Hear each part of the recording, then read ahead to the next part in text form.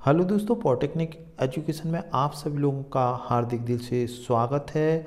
जैसा कि दोस्तों आप सभी को मालूम है, पॉलिटेक्निक कॉलेज के जो थर्ड सेमेस्टर के विद्यार्थी हैं या फोर्थ सेमेस्टर के एक्स स्टूडेंट हैं, उनकी एग्ज़ाम ओपन बुक के माध्यम से 15 फरवरी से होने जा रही है। तो दोस्तों महत्वपूर्ण नोटिस आरजीपी के द्वारा अपलोड किया है। तो दोस्तों ये नोटिस आप ज़रूर देखें। उत्तर पुस्तिकाओं को अपलोड करने या परीक्षा केंद्रों में जमा करने संबंधी दिशा निर्देश। तो चलिए दोस्तों हम नोटिस में समझने का प्रयास करते हैं कि आरजीपी पॉलिटेक्निक विंग्स ने क्या क्या दिशा निर्देश दिए हैं जो कि विद्यार्थियों के लिए बहुत ही इम्पोर्टेंट हैं। तो दोस्तों देखें, ये राजीव गांधी प्रौद्योगिकी विश्वविद्यालय दिनांक 11/2/2021 और ये प्रति समस्त प्राचार्य पॉलिटेक्निक महाविद्यालय के लिए लिखा है। यहाँ दोस्तों आप देखें कि फरवरी माह में, मतलब आपकी इसी माह में एग्ज़ाम होने वाली है। तो ऑफलाइन उत्तर पुस्तिकाओं को अपलोड करने या परीक्षा केंद्रों में जमा करने के संबंध में दिशा निर्देश। तो दोस्तों जो हर एक पॉइंट को मैं पढ़ता जाऊंगा और आपको समझाने का प्रयास करूंगा। यहाँ नंबर पहला पॉइंट है दोस्तों कि उत्तर पुस्तिकाओं को अपलोड करने का पोर्टल केवल गूगल क्रोम ब्राउज़र में ही कार्य करेगा। तो दोस्तों आप सभी को मालूम है, गूगल क्रोम ब्राउज़र अगर आपके मोबाइल में नहीं है तो इसे प्ले स्टोर से आप डाउनलोड कर सकते हैं। 15 फरवरी 2021 से प्रारंभ होने वाली ऑफलाइन परीक्षा में सम्मिलित होने वाले सभी छात्रों को उत्तर पुस्तिका अपलोड करने के लिए पॉली rgpexam.in पर रजिस्ट्रेशन अनिवार्य है। तो दोस्तों ये वीडियो मैंने डाल दी है किस तरीके से आपको रजिस्ट्रेशन करना है। पॉलिटेक्निक एजुकेशन चैनल के माध्यम से आपको हर एक जानकारी पॉलिटेक्निक के जितने भी विद्यार्थी हैं उनको दी जा रही है। और चूँकि दोस्तों मैं भी उज्जैन पॉलिटेक्निक कॉलेज में प्रोफेसर हूं, तो आप निश्चिंत हो जाइए, हर एक जानकारी आपको सही दी जाएगी। यहाँ दोस्तों रजिस्ट्रेशन की प्रोसेस है जो कि मैंने पिछला वीडियो डाला था उसी में है। इसे हम पढ़ लेते हैं ताकि अगर कोई गलती आप कर रहे हों तो इस वीडियो के माध्यम से आपको पता चल जाएगा। रजिस्ट्रेशन की प्रोसेस बहुत सिंपल है दोस्तों। ये जो poly.rgpexam.in खोलें, रजिस्ट्रेशन बटन पर क्लिक करें, अपना नाम, पिता का नाम, जन्म तिथि का प्रारूप, ये जो डी फिर ऑब्लिक फिर ऑब्लिक फिर ईयर के रूप में लिखें, रोल नंबर तथा ईमेल आईडी दर्ज करें, क्रिएट पासवर्ड और अपना पासवर्ड सेम बनाएं। और दोस्तों 8 कैरेक्टर का होना चाहिए जिसमें एक कैपिटल अल्फ़ाबेट तथा एक अंक होना अनिवार्य है। यहाँ दोस्तों उदाहरण के लिए इन्होंने बनाया RGPB 1234। तो इस तरीके से आपको पासवर्ड बनाना है एटलीस्ट 8 डिजिट का। चौथा पॉइंट देख लेते, समय सारणी के अनुसार समस्त प्रश्न पत्र rgpdiploma.in पर छात्रों के लॉगिन आईडी में प्रश्न पत्र प्रारंभ होने से आधा घंटा पूर्व उपलब्ध रहेंगे। तो दोस्तों जैसा आपको मालूम है, आप आरजीपी डिप्लोमा की स्टूडेंट्स जो पोर्टल है वहाँ पे आप लॉगिन हो जाएंगे।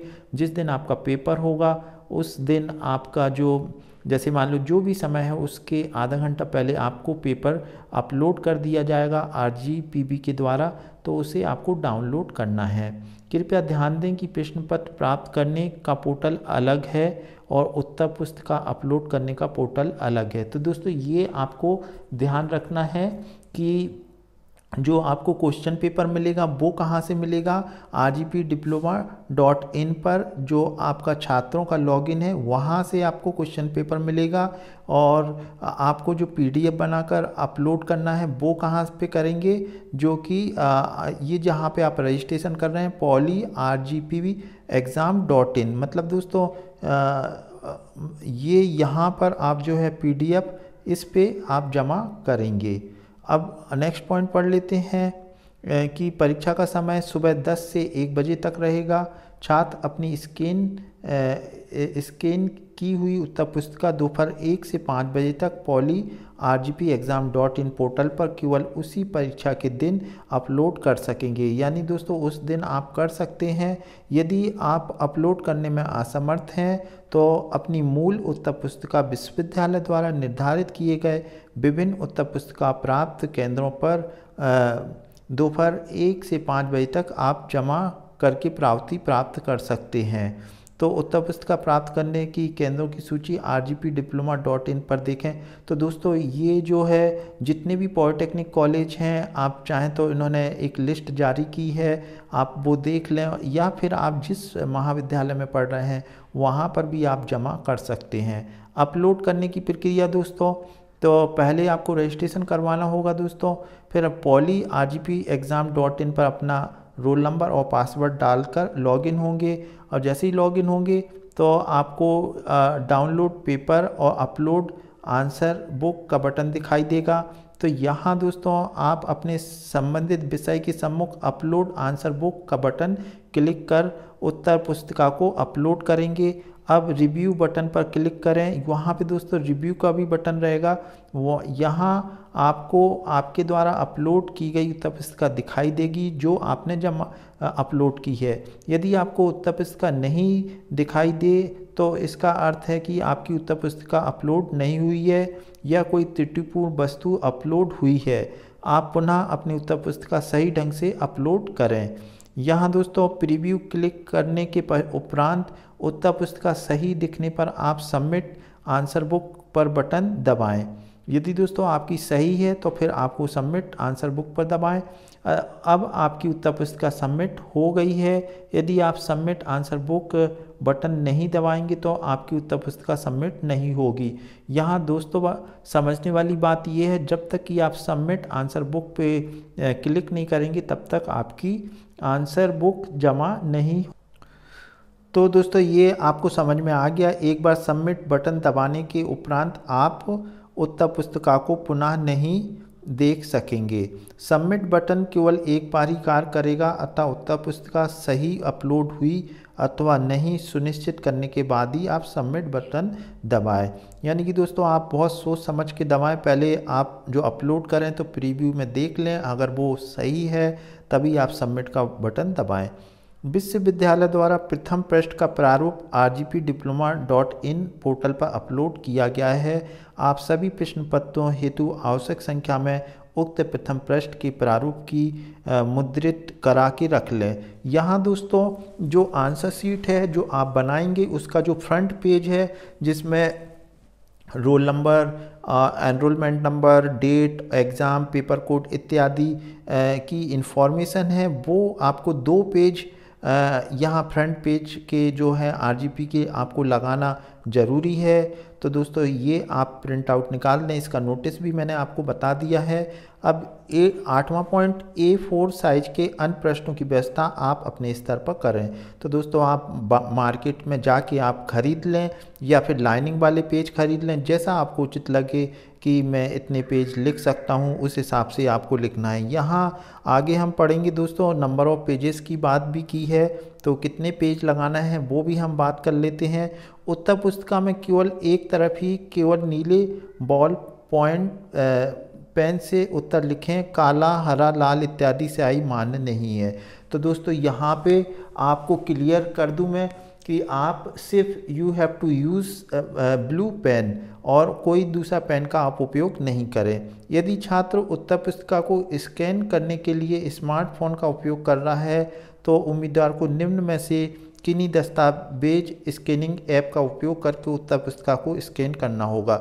यहाँ दोस्तों बहुत सारे ऐप इन्होंने सजेस्ट किए हैं, आप कोई भी आपके पास मोबाइल पे जो भी ऐप हो उससे आप स्कैन कर सकते हैं। यहाँ पे एडोब स्कैन भी दे रखा है, गूगल ड्राइव स्कैनर भी दे रखा है, डॉक्यूमेंट स्कैनर भी दे रखा है, माइक्रोसॉफ्ट ऑफिस लेस।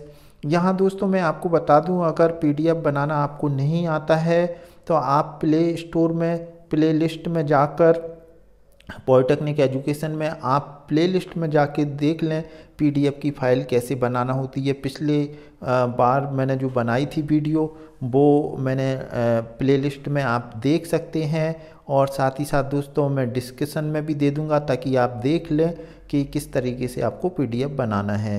कोई भी अन्य ऐप जो आपको सूट करता है उत्तर पुस्तिका का स्पष्ट स्कैन प्रदान करता हो। अब दोस्तों 11वां पॉइंट, भौतिक स्कैनर का उपयोग करने वाले छात्र को ये सुनिश्चित करना है कि स्कैनिंग रिजोल्यूशन 300 DPI से अधिक नहीं होना चाहिए। तो दोस्तों ये आप देख लें, ये एक टेक्निकल पॉइंट है कंप्यूटर का कि इससे ज़्यादा नहीं तो वो उतना अपना जो आप स्कैन करेंगे तो वो रहता है दोस्तों। तो उत्तर पुस्तिका का पूर्ण उपयोग करें, अनावश्यक खाली स्थान ना छोड़ें, पृष्ठों की संख्या अधिक होने पर अपलोड करने में समस्या हो सकती है, प्रत्येक पृष्ठ पर एनरोलमेंट नंबर एवं पृष्ठ क्रमांक अंकित करना अनिवार्य है। तो दोस्तों आपको रोल नंबर लिखना है और उसका नंबर। रफ कार्य के लिए आप अलग से किया जाना चाहिए, मुख्य उत्तर पुस्तिका को नीचे अपलोड नहीं किया जाना चाहिए। तो दोस्तों रफ कार्य आप अलग कर सकते हैं, मुख्य पुस्तक जो मुख्य आंसर शीट है उसमें आपको किसी तरह का रफ काम नहीं करना है। अब दोस्तों 14वां पॉइंट, कृपया सुनिश्चित करें कि सिंगल PDF फाइल में उत्तर पुस्तिका के सभी प्रश्न शामिल होना चाहिए। आपको दोस्तों एक ही PDF बनाना है, जैसे मान लो आपका कोई भी जो भी सब्जेक्ट है सिंगल PDF, उसमें जितने भी पेज हैं वो सारे आ जाना चाहिए। सुनिश्चित करें कि स्कैन की गई उत्तर पुस्तिका लैपटॉप, डेस्कटॉप तकनीकी रूप से न्यूनतम 75 DPI में स्पष्ट रूप से दिखाई दे। तेज अपलोड, फास्ट अपलोडिंग के लिए स्कैन की गई PDF फाइल का आकार कम रखने की कोशिश करें, लेकिन यह स्पष्ट रूप से दिखाई देनी चाहिए। ध्यान रखें PDF की आकार प्रति फाइल 50 MB से अधिक नहीं होना चाहिए।